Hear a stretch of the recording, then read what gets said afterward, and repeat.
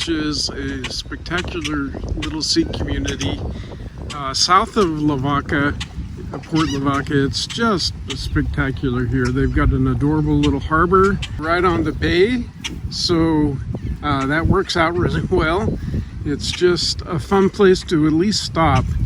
If you have a boat, it's a wonderful place to spend a little time. And I interviewed a guy last year who was living in this harbor. Unfortunately for nomads, they don't allow overnighting, so that option is not here for us. If you have an RV, if you have a van and they catch you on the street, you're going to get the boot. Wow. When you're traveling with cats, those who travel with cats know that you have to invest a great deal of time in them. And travel is greatly compromised in the sense that you can't make as good time as you'd like. At least with my Bengal, she lets me know when she wants to go out. It's not that she has to use the facilities, so to speak.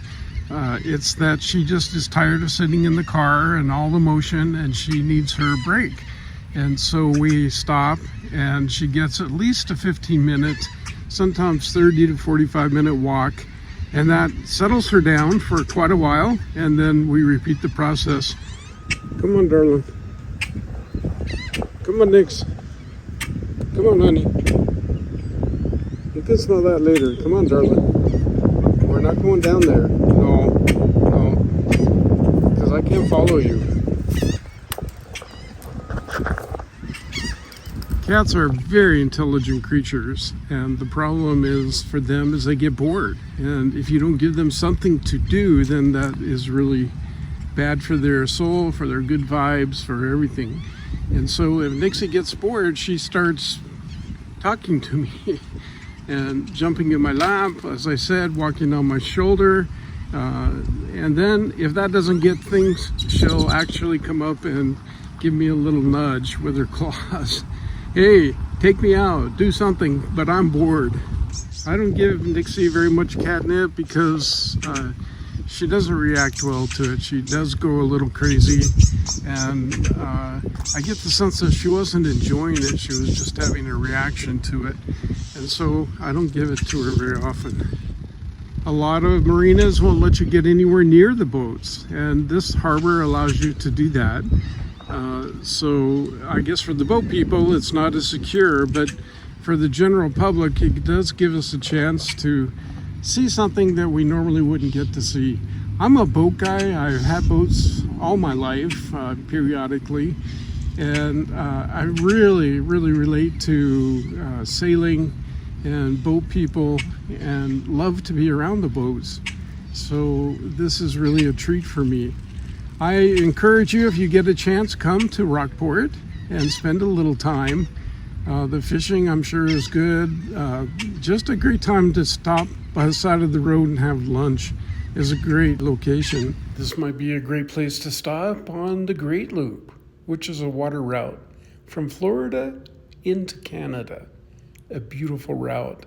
I might do that next. Got the little lighthouse over here, at least resemblance of a lighthouse. I don't know if it was or not. Little Nixie is causing all the birds to squawk. And she doesn't even know it. She doesn't know why they're squawking at her.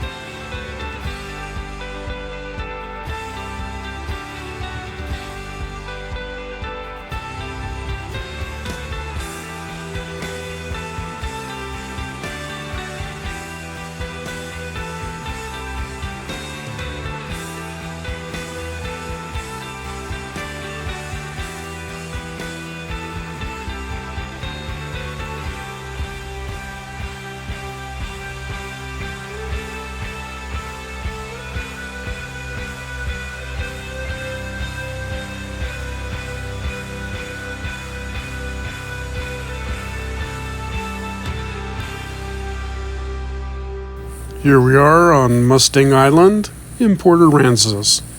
It's a quaint little community, and, well, I love to come here. I'm at the IGA on Port Aransas. It's really the only grocery store on the island, and I can tell you, if you can shop before you get here, you'll save a lot of money.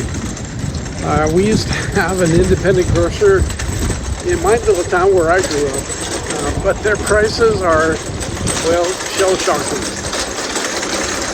Nixie and I spent a lot of time at Roberts Point Park. It's across the street from the Port Aransas Municipal Harbor, and the views are to die for. In the park, there's an observation tower, so you get quite the view.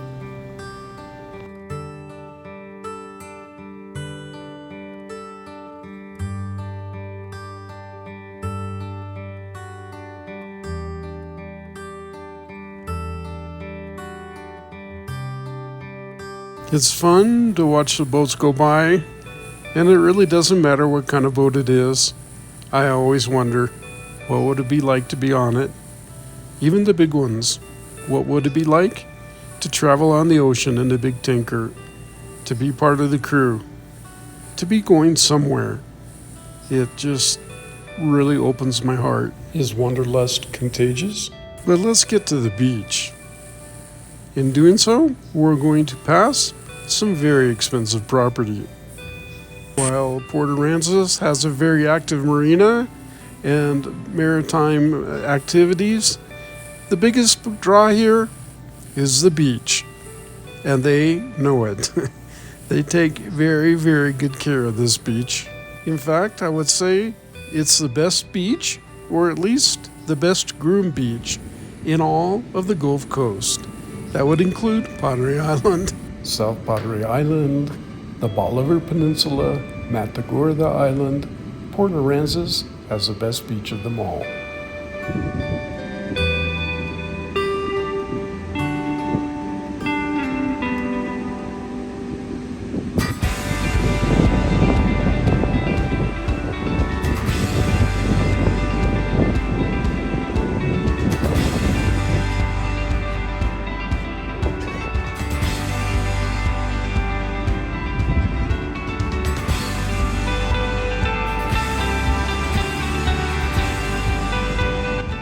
Beach pass is required to drive onto the beach, and trust me, it's worth every single cent. They put it back in beach maintenance and beach cleanup. The city of Port Aransas is very environmentally conscious. They have a really good recycling program, and, well, they try to protect the turtles as well. Little Nixie agrees this is a really good idea in a state that hasn't always been the friend of environmentalists.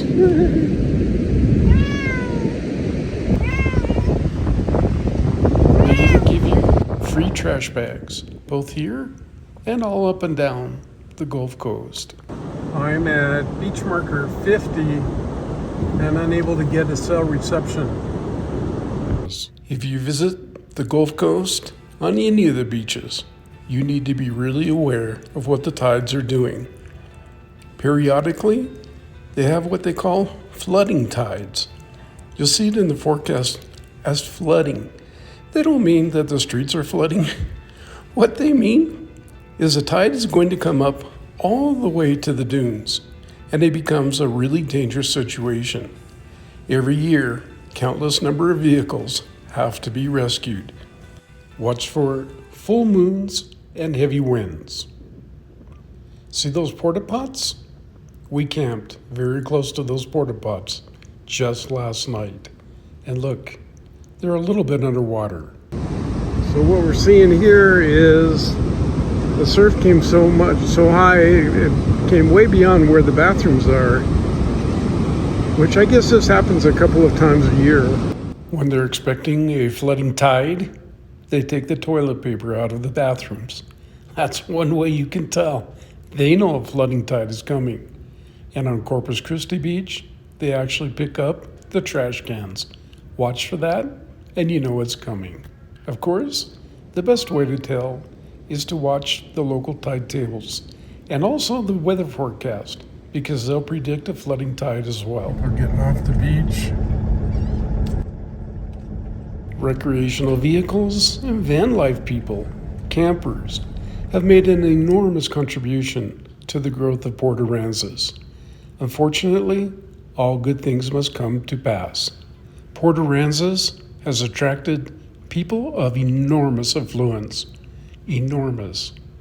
And, well, their patience for the poorer class is coming to an end. This is a newer development in Port Aransas with prices in the millions. There are some lesser expensive units here, but let's just say you're going to have to be a millionaire in order to own any of them. It is difficult for van life people or even local citizens to compete with that kind of affluence. There is a mistaken perception that only poor people camp on the beach and the wealthy people stay in places like this. For a long time, there's been a 3-day stay on Port Aransas beaches for camping. You can go there anytime you want, but you can only camp for 3 days.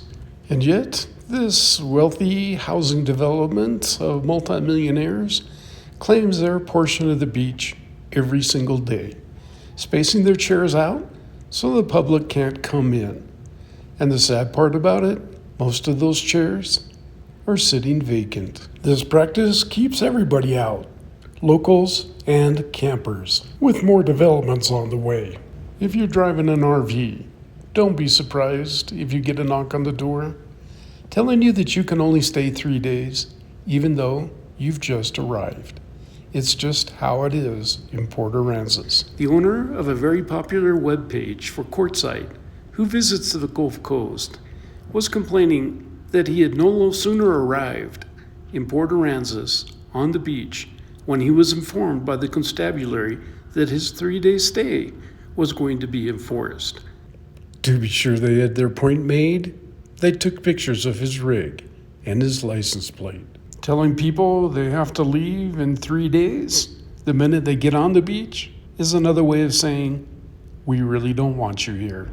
Of course, a perception that millionaires can afford the expensive tours and the expensive restaurants and the seafood a lot more than van people and RV people can. And it's really tragic.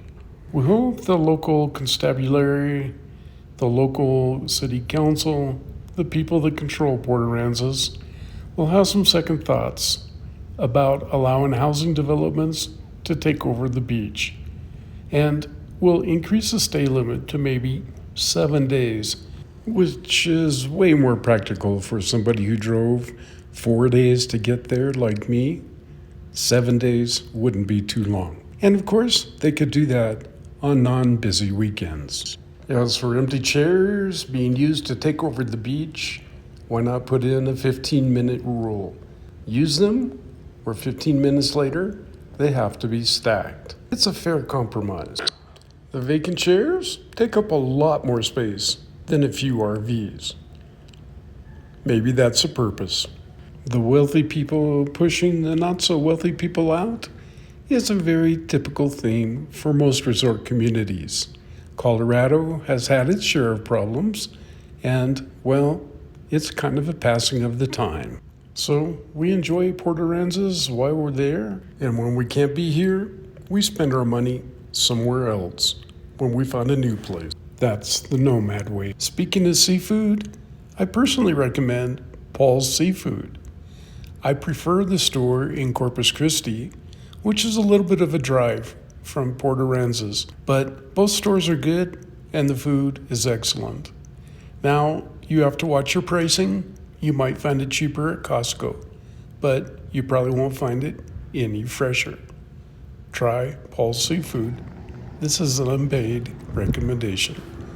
Paul likes yellow.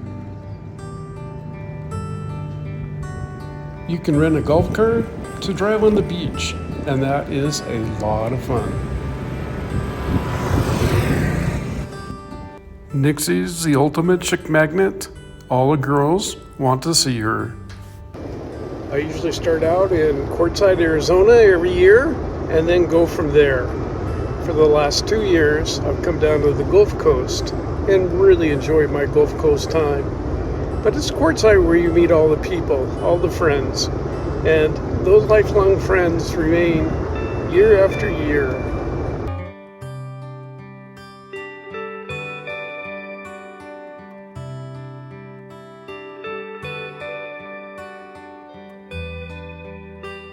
You should come to Port Aransas for Sandfest. Unless you're a spring breaker, don't come during spring break. So I'm traveling around and living in my van and having just an absolute hoot doing it. It's really a lot of fun. I hope to see the whole USA, and eventually I'm hoping that maybe I can see parts of the world or the rest of the world. So I call it the See the World Tour, and I hope you come and join me. What are you doing, you little gata?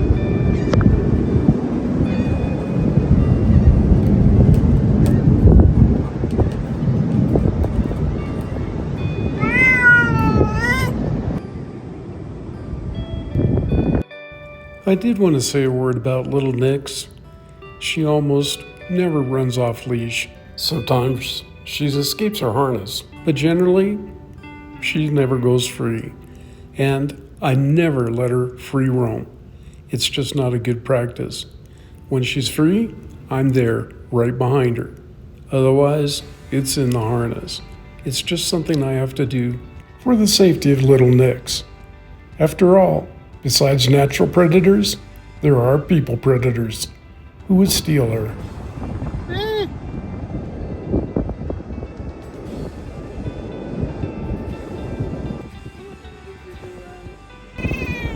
What do you think you're doing?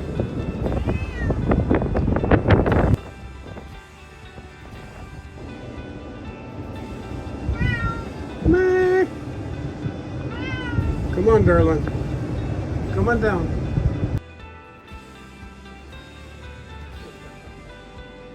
There comes a time, a difficult time in every trip when you're on the beach, living on the beach, that you have to say, well, it's time to leave.